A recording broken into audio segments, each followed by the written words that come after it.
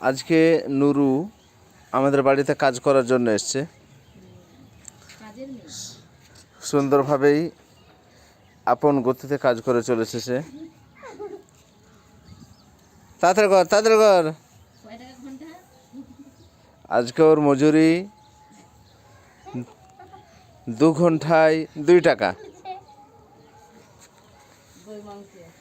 নুরু একবার এদিকে মুখটা কর, কেমন লাগছে তো কাজ করতে?